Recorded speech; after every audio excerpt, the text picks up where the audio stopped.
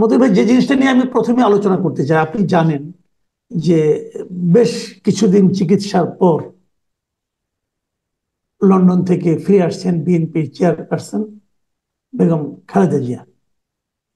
এবং ওনার এই আগমনকে উপলক্ষ করে আপনি জেনেছেন, এর মধ্যে দেখেছেন যে বিএনপির নেতা কর্মীদের মধ্যে একটা ব্যাপক সাড়া পড়েছে। আপনি কেবল এই সাড়াটা, এটা কিন্তু কেবল যে ফিজিক্যাল সাড়াটা পড়েছে, প্রচুর লোক এয়ারপোর্টে গিয়েছে, এটাই নয়, কিন্তু আমার ধারণা দেশব্যাপী বিএনপির রাজনীতিতেও ওনার এই আগমনটা বেশ একটা গুরুত্ব বহন করবে এবং একটা বাড়তি গতি নিয়ে আসবে বলে আমার ধারণা। এবং আপনি কি পরিবর্তন হতে পারে বলে, অথবা কি গতি আসতে পারে বলে আপনি মনে করছেন? একটা জিনিস আমার ধারণা, যেটা বিএনপি চেয়ারপারসন যেভাবে গিয়েছিলেন, এখন ইনি নিশ্চয়ই অতটা অসুস্থ নন। এখন অনেকটা পরিবারের সঙ্গে মিলিত হয়েছে। মানুষের রোগ শোক তার মনের উপরও নির্ভর করে। উনি ওনার পরিবারের সঙ্গে দীর্ঘ সময় থেকেছেন। এবার এটাও ওনার মধ্যে এক ধরনের উদ্দীপনা হিসেবে কাজ করতে পারে। তো আপনি কি, মানে সামনে বিএনপি রাজনীতিটা আপনি কেমন দেখছেন খালেদা জিয়ার মানে সক্রিয় উপস্থিতিতে? ধন্যবাদ। ধন্যবাদ মাসুদ ভাই, আপনাকে চমৎকার একটা টপিক আপনি অবতারণা করেছেন। এই জন্য আপনাকে ধন্যবাদ। আপনার মতো একজন জনপ্রিয় আহ সাংবাদিক, একজন সিনিয়র সাংবাদিক, আপনি আহ পরিচিত মুখ, এবং আপনার চ্যানেলে আমাকে সংযুক্ত করার জন্য আপনাকে প্রথমে ধন্যবাদ জানাচ্ছি। আমি বেগম খালেদা জিয়ার আগমন, আপনি যেটা বলেছেন যথার্থই বলেছেন, যে সেটি নিয়ে দেশব্যাপী, বিশেষ করে বিএনপির নেতাকর্মীদের ভিতরে এক ধরনের প্রাণ চঞ্চল এবং এক ধরনের কি বলা যায়, একটা আহ, আনন্দ, এটি আহ, বিরাজ করছে। আমি একটু শুরু করি, সেটা যে সময়টা উনি গিয়েছিলেন লন্ডনে। আপনি জানেন যে বেগম খালেদা জিয়া দীর্ঘদিন যাবৎ অসুস্থ ছিলেন, এবং বিগত সরকার, বিশেষ করে ফ্যাসিস্ট সরকার, তাকে অমানবিক ভাবে মানসিক এবং শারীরিক ভাবে টর্চার করেছে। আমি মানসিক বলছি এই কারণেই, আপনি জানেন যে তার ছোট ছেলে, মানে একজন মায়ের কাছে সবচেয়ে প্রিয় হচ্ছে তার সন্তান, এবং তার সন্তান একটি মালয়েশিয়ায় থাকা অবস্থায় মৃত্যুবরণ করে, এবং তাকেও বিভিন্ন টর্চারের মধ্য দিয়ে তাকে মৃত্যুবরণ করতে হয়। এবং সেই সময় আহ, যদিও একটি, আমি বলবো যে একটা নাটক তৈরি করেছিল শেখ হাসিনা তার কাছে দেখতে যাওয়াকে কেন্দ্র করে, এটা আপনি নিজেও জানেন এবং দেশবাসীও জানেন।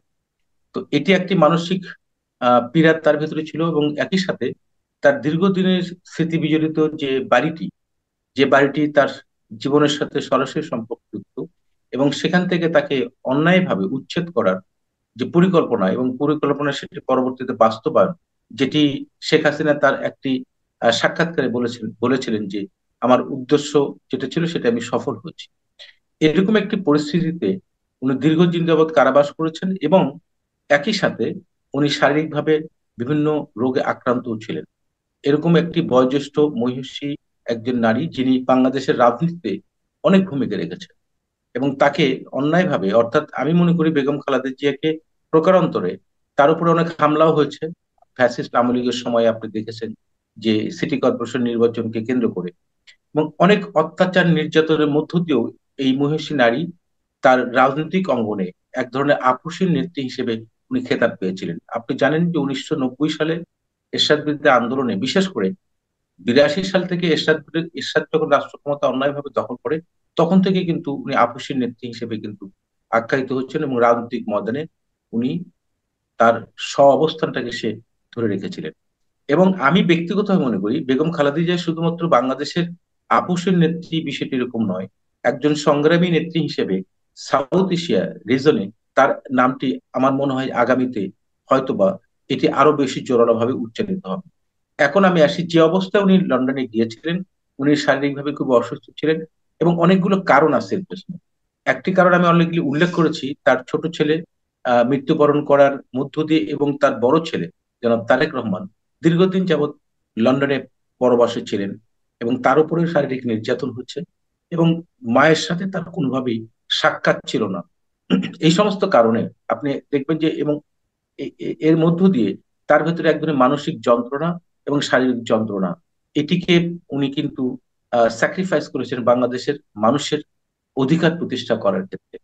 উনি লন্ডনে যখন গিয়েছেন দীর্ঘদিন যেহেতু জনাব তারেক রহমানের সাথে কোনো সাক্ষাৎ ছিল না, আমি মনে করি যেদিন লন্ডনে উনি পৌঁছেছেন মানসিকভাবে উনি কিছুটা স্বস্তি পেয়েছেন। তার সন্তান, তার সন্তানের ওয়াইফ এবং তার নাতি, তাদের সাথে তার যেহেতু একটা সম্পৃক্ততা হয়েছে, আমি মনে করি যে সেই জায়গায় মানসিকভাবে কিছুটা স্বস্তি ছিলেন। এবং একই সাথে একটা উন্নত চিকিৎসা উনি পেয়েছেন, যে চিকিৎসার মধ্য দিয়ে উনি শারীরিকভাবে কিছুটা উপকৃত হয়েছে এবং শারীরিকভাবে উনি কিছুটা আপনার সুস্থতার দিকে গিয়েছেন। যদিও বয়স বিবেচনায় এটি স্বাভাবিক যে ঠিক আগের মতো উনি হয়তো সেই শক্তি সামর্থ্য এই মুহূর্তে হয়তো ধারণ করেন না, কিন্তু উল্লেখযোগ্য বিষয় হচ্ছে এত কিছুর পরও উনি বাংলাদেশের জনগণের জন্য, বাংলাদেশের মানুষের জন্য, দেশের স্বাধীনতা সার্বভৌমত্বের জন্য উনি তার পুরো জীবনটা কিন্তু উনি বিলিয়ে দিয়েছেন, বলা যায় উৎসর্গ করেছেন। আপনি 1971 থেকে শুরু করে আপনি যদি দেখেন যে শহীদ রাষ্ট্রপতি জিয়াউর রহমান যখন স্বাধীনতার ঘোষণা দেন, তখন কিন্তু উনি তার দুটি সন্তান নিয়ে, তখনও কিন্তু উনি নিরাপত্তাহীনতায় বসবাস করেছেন। অর্থাৎ দেশের জন্য এবং দেশের মানুষের জন্য।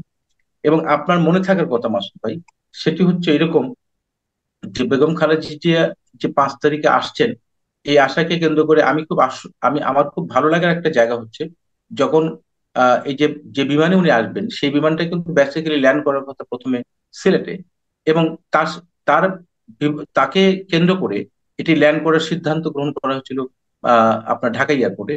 কিন্তু এটিকে উনি এগ্রি করেন নাই, উনি সিলেটেই কিন্তু অবতরণ করছেন এবং সেখান থেকে পরবর্তী ঢাকায় আসবেন।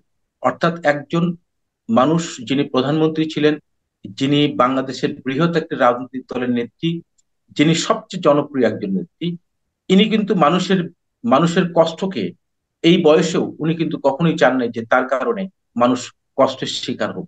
আমি এই সমস্ত বিবেচনায় যেটা মনে করি যে তাকে বাংলাদেশের কোনো এক সময় হয়তো আরো অনেক বেশি অন্যান্য রাজনৈতিক বিশ্লেষক যারা তাকে মূল্যায়ন করবেন, এবং বাংলাদেশের মানুষ তাকে প্রতিটি মুহূর্তে মূল্যায়ন করেছেন। আপনি দেখেছেন যে বিগত দিনে যতগুলো নির্বাচনী আসন উনি দাঁড়িয়েছেন, সর্বোচ্চ ভোট পেয়ে নির্বাচিত হয়েছেন, কোনো আসনে উনি কিন্তু কখনোই পরাজিত হন নাই, যেটা অপরাপর অনেক রাজনৈতিক নেতৃবৃন্দের ক্ষেত্রে সেটি ঘটেছে। এখন আমি আসি যে বাংলাদেশে উনি আসছেন 5 তারিখে, এটি আসলে বাংলাদেশের বিশেষ করে বিএনপি পন্থী রাজনীতি যারা করেন, কর্মী সমর্থক নেতৃবৃন্দ যারা, এরা যে শুধুমাত্র উজ্জীবিত হয়েছেন, এরা যে শুধুমাত্র আনন্দিত হয়েছেন, বিষয়টা এরকম নয়। একজন সাধারণ নাগরিক হিসেবে আমি মনে করি বাংলাদেশের অপরাপর সকল রাজনৈতিক দল বেগম খালেদা জিয়ার প্রতি এই শ্রদ্ধাটুকু তাদের রয়েছে যে অ্যাটলিস্ট উনি জাতীয় ঐক্যের প্রতীক, এবং বিগত দিনে কিন্তু এই দৃষ্টান্ত উনি রেখেছেন। এবং আমার বিশ্বাস যে উনি ওনার আগমনের মধ্য দিয়ে বাংলাদেশে এই মুহূর্তে রাজনৈতিক যে একটি অনৈক্য এবং ঐক্যর যে একটি বিতর্ক তৈরি হয়েছে, আমার ধারণা ওনার আগমনের মধ্য দিয়ে এবং ওনার দেশে উনি যখন আসবেন এবং এটাকে কেন্দ্র করে একটি ঐক্যর দিকে কিন্তু বাংলাদেশ যাবে, এবং সেটি ওনার পক্ষেই সম্ভব।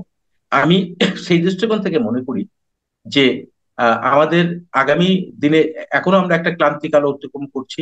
5 তারিখ, এই যে অগাস্টের 5 তারিখের পর বাংলাদেশ একটা নতুন মেরুকরণে চলে আসছে, অন্তর্বর্তীকালীন সরকার।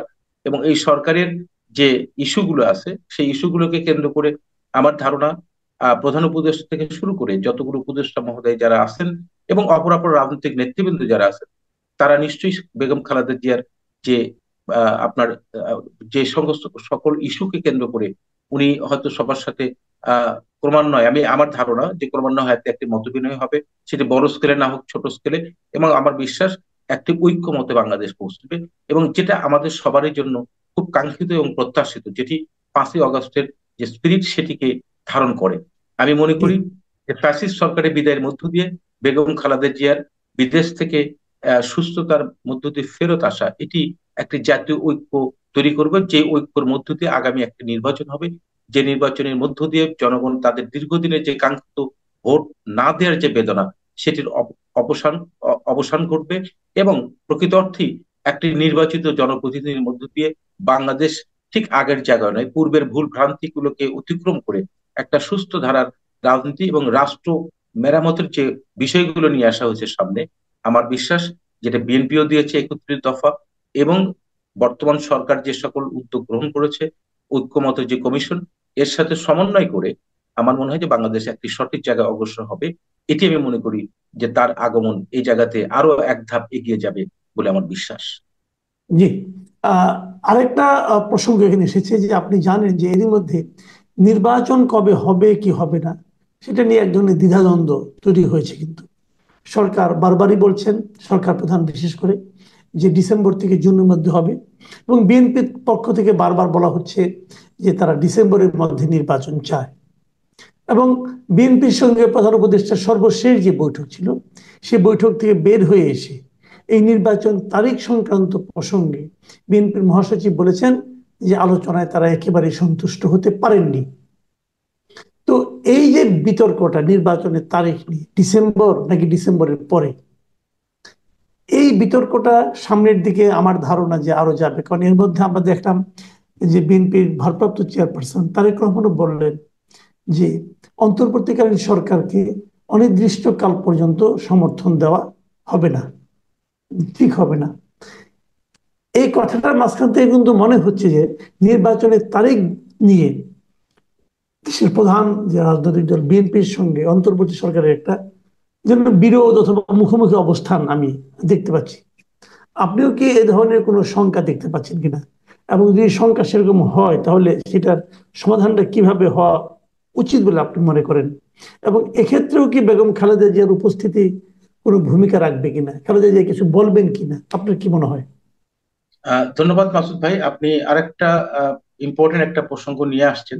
এটি সত্য যে নির্বাচন নিয়ে তারিখ নিয়ে এক ধরনের বিতর্ক রয়েছে, এবং সেই বিতর্কের মধ্য দিয়ে সর্বশেষ বড় রাজনৈতিক দল হিসেবে বিএনপির প্রতিনিধি, বিশেষ করে মহাসচিব সহ অন্যান্য যে স্ট্যান্ডিং কমিটি মেম্বার সহ যারা গিয়েছেন, সেখানে তারা মিডিয়াতে বলেছেন যে তারা সন্তুষ্ট, মোটেও সন্তুষ্ট নন। শব্দটি যদি আমি কোট এবং আনকোট করি, এখানে একটা জিনিস লক্ষণীয়, সেটা হচ্ছে যে দেখুন, আহ অন্তর্বর্তীকালীন সরকার, এই সরকারটি গঠিত হচ্ছে বেসিক্যালি, আমি জানি না যে সংবিধানে অন্তর্বর্তীকালীন সরকার নামে কোনো শব্দ ছিল না।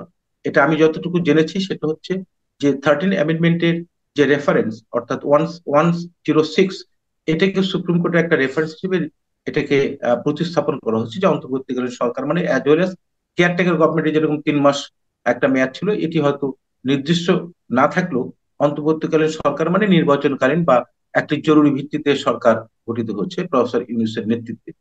এখন প্রশ্ন হচ্ছে যে এই নির্বাচনের ডেট নিয়ে এর আগেও আপনি দেখবেন যে সেনাপ্রধান ওয়াকারুজ্জামান বলেছিলেন যে 18 মাসের ভিতরেই নির্বাচন অনুষ্ঠিত হবে। 18 মাস যদি ধরে হয় তাহলে ডিসেম্বরে সম্ভবত 18 মাস পূর্ণ হয়। আপনি একটা জিনিস দেখবেন যে এটাকে কেন্দ্র করে বিভিন্ন উপদেষ্টা এক ধরনের বক্তব্য দিয়েছেন, এবং নতুন রাজনৈতিক দল দল যারা গঠন করেছেন তারা বলেছেন যে বিচার সম্পূর্ণ না হওয়া এবং সংস্কার সম্পূর্ণ না হওয়া। এই কথাগুলো আসলে মানুষের ভিতরে এক ধরনের আশঙ্কা এবং শঙ্কা তৈরি করেছে। ঠিক একইভাবে বড় রাজনৈতিক দল হিসেবে বিএনপির ভিতরে সেটি করাটা অস্বাভাবিক নয়। কারণ বিএনপি দীর্ঘদিন যাবৎ কিন্তু এই হাসিনা সরকার যখন ছিল তখনও তারা নির্বাচন সুষ্ঠু নিরপেক্ষের জন্য কিন্তু আন্দোলন করেছে, এবং দীর্ঘ 15 বছর বাংলাদেশের মানুষ নির্বাচনে ভোট দিতে পারে নাই। একটা আকাঙ্ক্ষা মানুষের ভিতরে এক ধরনের আহ মানে বলা যায় যে এক ধরনের অসন্তুষ্টি এবং চরম অসন্তুষ্টি, যেটা আউটবাস্ট হয়েছে। এখন এখানে একটা উল্লেখযোগ্য দিক হচ্ছে যে এই যে বিভিন্ন সময় বিভিন্ন ধরনের কথা, এই কথাগুলো কিন্তু যেমন রাজনৈতিক দলের ভিতরে একটা বিতর্ক তৈরি করছে, এবং জনমনেও কিন্তু এক ধরনের শঙ্কা তৈরি করছে। আপনি আরেকটা জিনিস খেয়াল করবেন যে প্রফেসর ইউনূসের এই সরকারকে 29 সাল পর্যন্ত এবং যতদিন উনি চান ততদিন রাখা, এরকম বিভিন্ন সাইড লাইনে কিন্তু অনেকগুলো আলোচনা চলে আসছে। এবং বিশেষ করে স্বরাষ্ট্র উপদেষ্টা তো সরাসরি বলেছেন, লেফটেন্যান্ট জেনারেল জাহাঙ্গীর আলম, আহ, উনি বলেছেন যে 5 বছরের জন্য এই সরকার থাকে। এখন প্রশ্ন হচ্ছে যে যদি আপনি এই সরকারটা আসলে দেখতে হবে যে কি ধরনের সরকার। এই সরকারটা নির্বাচিত সরকার নয়, তবে এই সরকার মনোনীত সরকার। জনগণ এবং রাজনৈতিক দল এই সরকারকে মনোনীত করেছে, সমর্থন দিয়েছে। আমি মনে করি যে এখনো পর্যন্ত বিএনপি বড় রাজনৈতিক দল হিসেবে আমি আমি আমার ব্যক্তিগত উপলব্ধি হচ্ছে যে তারা অনেক ধৈর্যশীল ভাবে এই জিনিসটি কিন্তু তারা অ্যাড্রেস করছেন, এবং প্রতিনিয়ত তারা নির্বাচনের রোড ম্যাপের কথা বলছেন। আমার ধারণা তাদের মধ্যেও শঙ্কা রয়েছে যে নির্বাচনটি আসলে যথোপযুক্ত সময়ে, সঠিক সময়ে হবে কিনা। কারণ অন্যান্য রাজনৈতিক দল, বিশেষ করে আমি দেখি যে জামাত ইসলাম তারা বলেছে যৌক্তিক, এবং তারা রমজান মাসের আগে নির্বাচনের কথা বলেছে। কিছুদিন আগে আমি একটা স্টেটমেন্ট দেখলাম। এবং এনসিপি যে নতুন দল গঠিত হচ্ছে, যেটা আমি মনে করি যে সরকারেরই একটি অংশ। এনসিপি যেহেতু এনসিপির একটা অংশ, রাজনৈতিক দলে যিনি কনভেনর হয়েছেন উনি কিছুদিন আগেও ছিলেন, এবং তাদের প্রতিনিধি এখন পর্যন্ত উপদেষ্টা হিসেবে রয়েছে। তার মানে আপনি যদি প্রফেসর ইউনূস স্যারের বক্তব্য শোনেন, তাহলে উনি প্রতিনিয়ত বলেছেন যে এই ছাত্ররা আমাকে এই জায়গায় বসিয়েছে। তার মানে তাদের ব্লেসিং নিয়ে কিন্তু এই রাজনৈতিক দলটি গঠিত হচ্ছে। অর্থাৎ আমি যেটা মনে করি যে 111 সরকার যখন 2 বছর বিভিন্ন ধরনের ইনিশিয়েটিভ নিয়েছিল, এবং নেয়ার পরে যখন অর্থনৈতিক অবস্থাটা প্রচন্ড নাজুক ছিল আপনি জানেন, এবং একটা পর্যায়ে তারা কিন্তু এই অর্থনৈতিক দুরবস্থার কারণে কিন্তু ক্ষমতা থেকে যাওয়ার আগে নির্বাচনটা দিয়েছিল। আমি মনে করি প্রফেসর ইউনূস স্যারের নেতৃত্বে যে সরকারটি গঠিত হয়েছে, তাদের দুটো জিনিস খুব গুরুত্ব দেওয়া উচিত। একটা হচ্ছে সেফ এক্সিট, আরেকটু হচ্ছে যে একটি সুষ্ঠু নিরপেক্ষ নির্বাচন বাংলাদেশের মানুষকে উপহার দেয়। এই দুটোই বিষয় যদি গুরুত্ব না দিয়ে নির্বাচনের ডেট নিয়ে বা নির্বাচনের তারিখ নিয়ে আপনার বিভিন্ন ধরনের তালবাহানা করতে থাকে, তাহলে আমার ধারণা রাজনৈতিক দলগুলো ধৈর্যের পরিচয় দিলেও একটা পর্যায়ে হয়তো এই জিনিসটি ওই জায়গাতে নাও থাকতে পারে, আমি আশঙ্কা করছি। এখানে আরেকটা কথা আপনি বলে কি নেওয়া আপনি হয়। কি মনে করছেন, আপনি কি মনে করছেন যে এখন যেভাবে চলছে এতে এই অন্তর্বর্তীকালীন সরকারের সেফ এক্সিটের ক্ষেত্রে কিছুটা সমস্যা তৈরি হতে পারে? কিছুটা বিতর্ক তো তৈরি হচ্ছে, তার মধ্যে একটা ইস্যু আপনাকে আমি বলি।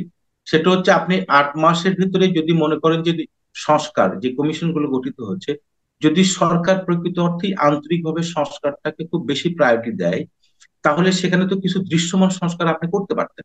কিন্তু সংস্কারটা কিন্তু এখনো দৃশ্যমান পর্যায়ে যায় নাই। তার মানে এখানে আন্তরিকতার তো কিছু ঘাটতি রয়েছে বলে আমি মনে করি, আমি ব্যক্তিগতভাবে মনে করি। আর একটা জিনিস আপনি খেয়াল করবেন যে আইন শৃঙ্খলা পরিস্থিতি কিন্তু এখনো স্বাভাবিক পর্যায়ে যায় নাই। এবং কয়েকদিন আগে প্রধান উপদেষ্টা বলেছেন যে পৃথিবীর সর্বশ্রেষ্ঠ নির্বাচনটি আগামী নির্বাচন অনুষ্ঠিত হবে, ওনার স্টেটমেন্ট আসছে। এখন আপনি আমাকে বলেন যে আইন শৃঙ্খলা পরিস্থিতি এরকম রেখে উনি যদি মনে করেন যে সর্বশ্রেষ্ঠ ইলেকশন উনি উপহার দিবেন, এটি তো অ্যাকচুয়ালি ওনার ওই কথার মধ্যেই সীমাবদ্ধ থাকবে, বাস্তবতা কিন্তু ভিন্ন। আমি ব্যক্তিগতভাবে মনে করি এখন প্রশ্ন হচ্ছে আইন শৃঙ্খলা পরিস্থিতি কেন, আইন না, শৃঙ্খলা পরিস্থিতি অবনতি পৃথিবীর হচ্ছে। সর্বশ্রেষ্ঠ নির্বাচন হওয়ার জন্য আপনি কি বাস্তবতা চান? মানে কি হলে আপনি মনে করতেন এই ধরনের কথা আপনার কাছে গ্রহণযোগ্য মনে হতো? কি হলে, কি আচ্ছা, পরিস্থিতি হলে? এখানে এখানে এখানে আমি আমি কয়েকটা জিনিস একটু তুলে ধরতে চাই। দেখুন, একজন আপনি আইন শৃঙ্খলা বাহিনীর সাথে যারা সরাসরি ইনভলভ, বিশেষ করে পুলিশ বাহিনী, পুলিশ, বিজিবি, বিডিআর এবং আপনার র্যাব, আপনি এই জায়গাগুলোতে যারা এখন এখন যারা দায়িত্ব পালন করছেন, পুলিশ বাহিনী নিয়ে যে ট্রমাটা তৈরি হয়েছিল, অর্থাৎ যে ইমেজ ক্রাইসিস, এবং এই ইমেজ ক্রাইসিস মধ্য দিয়ে পুলিশ বাহিনী এখনো পর্যন্ত আমি মনে করি যে তারা যথেষ্ট আহ এই এই যে একটা চরম সংকটের পরেও তারা কিন্তু অনেক দায়িত্বশীল আচরণ করার চেষ্টা করছে। কিন্তু সমস্যাটা হচ্ছে যে আপনি আপনি জানেন যে ইন্টারিম গভর্নমেন্টের সময় পুলিশ বাহিনী কিন্তু খুব বেশি ঝুঁকিপূর্ণ কোনো কাজে অংশগ্রহণ করবে না। কেন করবে না? কারণ পরবর্তীতে যদি কোনো সরকার পরিবর্তন হয়, তখন এটি কিন্তু তার জন্য তার জব, মানে যে যে প্রফেশনাল লাইফে এক ধরনের সংকট বা একটা ঝুঁকি আছে বলে মনে করেন তারা, আমি ব্যক্তিগতভাবে মনে করি। সেই ক্ষেত্রে আইন শৃঙ্খলা পরিস্থিতিটা আপনি এটাকে একটা সঠিক জায়গায় নিয়ে আসতে চান, আপনি কি আনতে পারছেন না? কারণ আমি মনে করি সরকারের এই জায়গাতে বড় ধরনের একটা ব্যর্থতা রয়েছে। অর্থাৎ আমি সরকারকে মনে করি যে আর্থিকভাবে অর্থনৈতিকভাবে কিছুটা লাগাম টেনে ধরতে পারলেও অন্যান্য ক্ষেত্রে কিন্তু এখনো পর্যন্ত সেই জায়গাতে সরকার দৃশ্যমান কোনো জি, কার্যকর পদক্ষেপ গ্রহণ করেছে বলে আমার মনে হয় না। ইন দ্য মেন টাইম আর জি, একটা নতুন ইস্যু চলে আসছে, যেটা আমি ব্যক্তিগতভাবে মনে করি এটা একটা সংকটের দিকে যাবে। সেটা হচ্ছে এই যে মানবিক করিডোর নামে যে একটা ইস্যু নিয়ে আসা হয়েছে, এবং এই ইস্যুতে পররাষ্ট্র সচিব উনি বলেছেন যে আমরা শর্ত সাপেক্ষে আমরা মানবিক করিডোরটি এখানে অনুমোদনের ব্যাপারে গভর্নমেন্ট চিন্তা ভাবনা করছে। এখন প্রশ্ন হচ্ছে যে আপনি বাংলাদেশের একটা গুরুত্বপূর্ণ ইস্যুতে, যেহেতু পার্লামেন্ট নাই, যেহেতু আপনার এখানে নির্বাচিত সরকার নাই, সেহেতু যতক্ষণ পর্যন্ত অপরাপর রাজনৈতিক দলগুলোর সাথে আপনি এটা নিয়ে ডায়লগ না করে, তাদের সাথে আলোচনা না করে, সেমিনার না দিয়ে, এর মেরিটস ডিমেরিটস গুলো বিবেচনা না করে যদি সিদ্ধান্ত গ্রহণ করা হয়, এবং সেই সিদ্ধান্ত তাৎক্ষণিকভাবে মনে হচ্ছে যে খুব সঠিক সিদ্ধান্ত, কিন্তু এর কনসিকুয়েন্স ভবিষ্যতে যে একটা বড় ধরনের সংকটের দিকে যাবে না, এটা নিশ্চয়তা আপনি দিতে পারবেন না। এবং সেই কারণে আমি মনে করি, আমার ধারণা এটা, আমার ধারণা যদি ভুল প্রমাণিত হয় আমি আই উইল বি হ্যাপি। কারণ আমার ধারণা এই ইস্যুগুলোকে সামনে নিয়ে এসে আমার ধারণা একটা কেওয়াটিক সিচুয়েশন তৈরি হতে পারে, এবং যে কেওয়াটিক সিচুয়েশনটা নির্বাচনকে আরো প্রভাবিত করবে বলে আমি বিশ্বাস করি। আমি জি, মনে করি যে ধন্যবাদ। এই জায়গাগুলোতে অ্যাড্রেস না করে এই যে অন্তর্বর্তীকালীন সরকারের এখন সুস্পষ্ট হবে দৃষ্টি দেওয়া উচিত। নির্বাচনের রোড ম্যাপ, অর্থাৎ রোড ম্যাপটা কিন্তু এখনো ঘোষিত হয় নাই। আপনি বলছেন ডিসেম্বর, আপনি বলছেন জুন। আপনি একটা জিনিস লক্ষ্য করেন মাসুদ ভাই, বাংলাদেশ স্বাধীনতার পরে জুন মাসে কিন্তু কখনো জাতীয় ইলেকশন হয় নাই। একটা ইলেকশন হয়েছে 1996 সালে, যেটি কম্পাইলেশন ছিল, সাংবিধানিক একটা বাধ্যবাধকতা ছিল, যার ফলে কিন্তু এই ইলেকশনটা হয়েছে। কিন্তু এছাড়া জুন মাসে যেহেতু বর্ষা সিজন, এবং সেই সময়টাই জাতীয় ইলেকশন গুলো, যে আপনার নির্বাচন গুলো যে খুব নিষ্কণ্টক ভাবে সেটি করা সম্ভব হবে, আমার মনে হয় না। সে কারণে ডিসেম্বর মাসটা হয়তো অনেক গুরুত্বপূর্ণ। সেখানে হতে পারে আপনি সরকার, যদি আপনি দৃশ্যমান সংস্কারটাতে আপনি করতে পারেন, আপনি সংস্কার যদি মনে করেন যে সবগুলো শেষ করে আপনি নির্বাচন দিবেন, সব বিচার সম্পন্ন করে তারপর নির্বাচন দিবেন, আপনি তো এই 8 মাসে অনেকগুলো দৃশ্যমান বিচার কার্য করতে পারবেন। তো সুতরাং জি, এইগুলো নিয়ে আমি বুঝতে পেরেছি আমার মনে জিনিসগুলো। হয় যে একটা বিতর্ক তৈরি হচ্ছে, যেমন জি, শঙ্কাও রয়েছে। জি, অনেক ধন্যবাদ। অনেক ধন্যবাদ জনাব অধ্যাপক মতিনুর রহমান, আপনার মানে বিভিন্ন বিষয়ে আপনার সুচিন্তিত মন্তব্যের জন্য। প্রিয় দর্শক, আপনারা শুনলেন আহ, যে নির্বাচন, খালেদা জিয়ার আগমন এবং সর্বোপরি এই অন্তর্বর্তীকালীন সরকারের সেফ এক্সিট নিয়ে অধ্যাপক ডক্টর মতিনুর রহমানের যে আশঙ্কা বলি, সম্ভাবনা বলি, মূল্যায়ন বলি, এগুলো আপনারা শুনলেন। আপনাদের কেমন লাগলো আপনারা লিখে জানাবেন।